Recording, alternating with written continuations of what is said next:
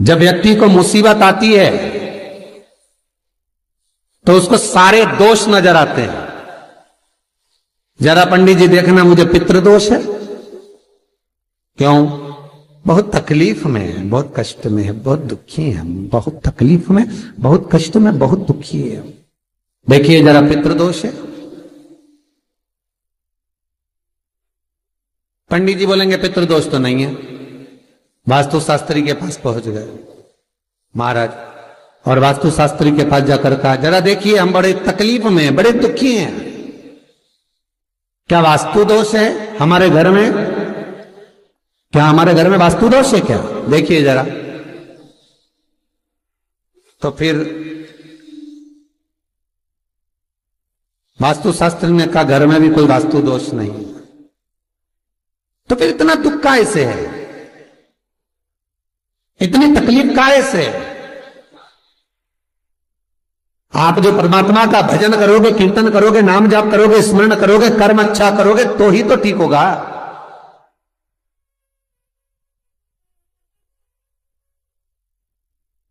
महाराज जरा देखो, हमारे घर में कोई दोष तो नहीं है वास्तु का? वास्तु दोष नहीं है। अब पितृ दोष नहीं है, वास्तु दोष नहीं है, फिर का एक काम करो, हम बड़े तकलीफ में हैं, जरा हमारी जन्म पत्रिका देखो, जरा जन्म लग्न देखो, जन्म पत्रिका देखो, पत्रिका में तो दोष नहीं है।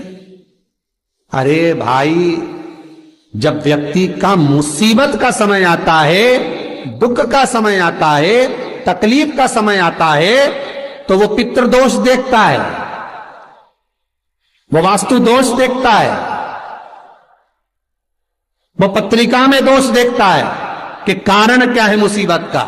बस दिक्कत एक ही है कि वो अपने कर्म में दोष नहीं देखता कि मेरे ये पितृदोष, ये वास्तु दोष, ये सारे दोष तो बात के हैं, पर सबसे पहला दोष है कि जो कर्म करा है वो कैसा करा, उसके अनुसार मुसीबत आई है, उसके अनुसार हम दुख झेल रहे हैं। बार बार कहा जाता है, मत बुरे कर्म कर बंदे वरना पछताएगा, भगवान की आंखों से तू बच नहीं पाएगा, तू बच नहीं पाएगा। हम दोष देख रहे हैं, हमने पितृदोष दिखवाया, हमने वास्तु दोष दिखवाया, हमने पत्रिका में दोष दिखवाया। मेरा एक निवेदन करबद्ध है, जब आपके ऊपर मुसीबत जब आई है, दुख जब आया है, तो अपने पूर्व के किए हुए कर्म का भी दोष निकालो कि क्या कर आए।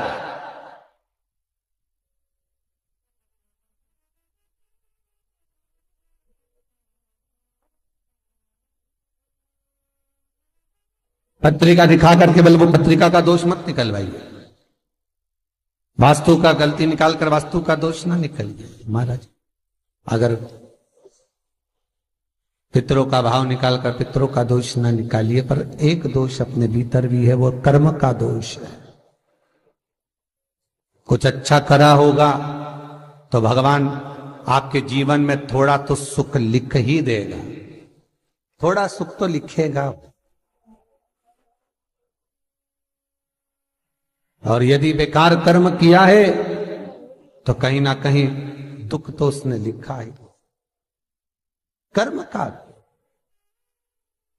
मत बुरे कर्म कर बंदे वरना पछताएगा, भगवान की आंखों से तू बच नहीं पाएगा, तू बच नहीं पाएगा। अरे ओ अज्ञानी मत करना दानी। महाराज कर्म का दोष जरूर देखें, पितृदोष बाद में देखना, वास्तु दोष बाद में देखना, पत्रिका में दोष बाद में देखना, पहले अपने कर्म का दोष देखिए।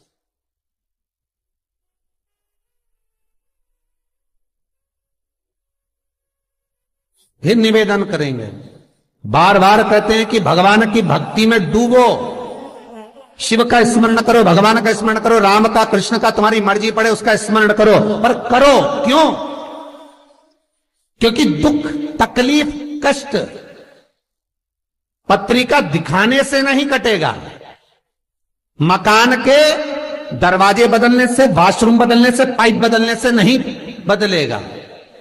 दुख तकलीफ तुम 50 बार वास्तु को भी बदल कर देख लेना, फिर भी दुख और तकलीफ, कष्ट नहीं, ये कष्ट समाप्त नहीं होगा, दुख और तकलीफ समाप्त नहीं होगा। किसी से तुमने बेवकूफ बनाकर, मूर्ख बनाकर, किसी को व्यापार में, व्यवसाय में, कोई काम में किसी को मूर्ख बनाकर, बेवकूफ बनाकर, सीधा था समझ नहीं पाया, उससे तुमने 10,000, 20,000, 1 लाख, 2 लाख, 5 लाख, 10 लाख तुमने ले तो लिए और खुश भी हो गए कि मैंने उससे ले लिए, अब वो मेरा क्या बिगाड़ लेगा, आए लेने के लिए, भला क्या बिगाड़ लेगा।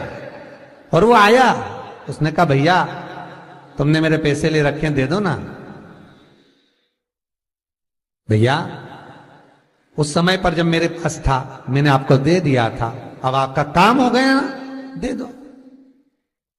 अब आपके पास में पूंजी आ गई ना, दे दो।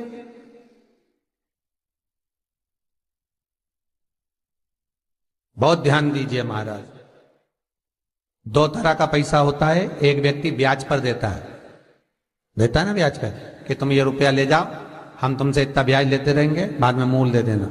और एक व्यक्ति वो होता है जो अपनेपन से, प्रेम से, अपनी करुणाता से, अपनी पहचान से, अपने हृदय से, अपनी चित्तवृत्ति से, अपने दिल से जब प्रेम बढ़ जाता है, स्नेह बढ़ जाता है, तो कह देता ले जा 2 लाख, 4 लाख, 5 लाख, काम निकाल ले, बाद में दे देना।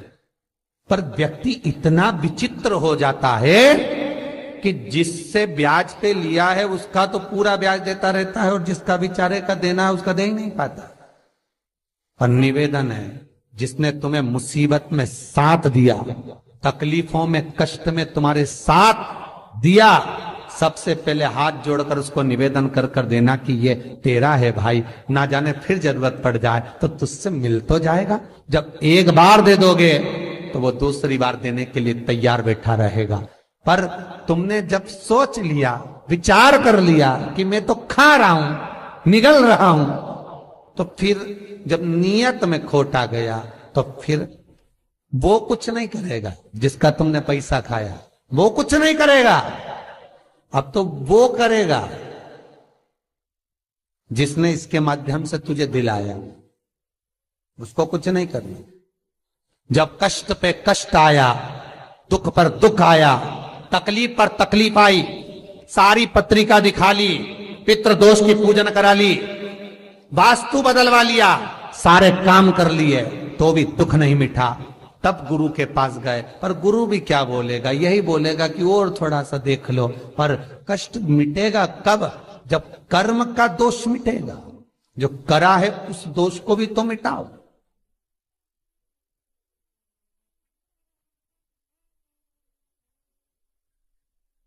विचार करना, पांडवों पर कितनी कितनी तकलीफ आई, कितनी तकलीफ आई पांडवों पर। लाक्षागृह में आग लग गई, पर भगवान किसी रूप में आकर बता दिए कि आग लगने वाली है, सुरंग बनवा दी, बाहर निकलवा दिया। दुख तो आया था ना। पूरे वन में जब तक पांडव रहे तकलीफों पे तकलीफ भोगते रहे, हर बार तकलीफ, सब भोगा, पर भगवान पर विश्वास था, क्योंकि माता कुंती ने कहा था कि कर्म के लेख को शिव काटता। भगवान ब्रह्मा उतना ही देंगे जितना तुम्हारी लेखनी में लिखा है, भगवान विष्णु उतना ही देंगे जितना तुम्हारे भाग्य में लिखा है। पर भगवान शंकर तो कुछ नहीं देखते, ना लेखनी, ना कर्म, ना भाग्य, उनका अपनाए, दे दो उठा के, उठाओ दो। क्या सोचना, क्या विचारना, क्या करना, दे। फिर नहीं सोचा, फिर नहीं विचारा, वो तो केवल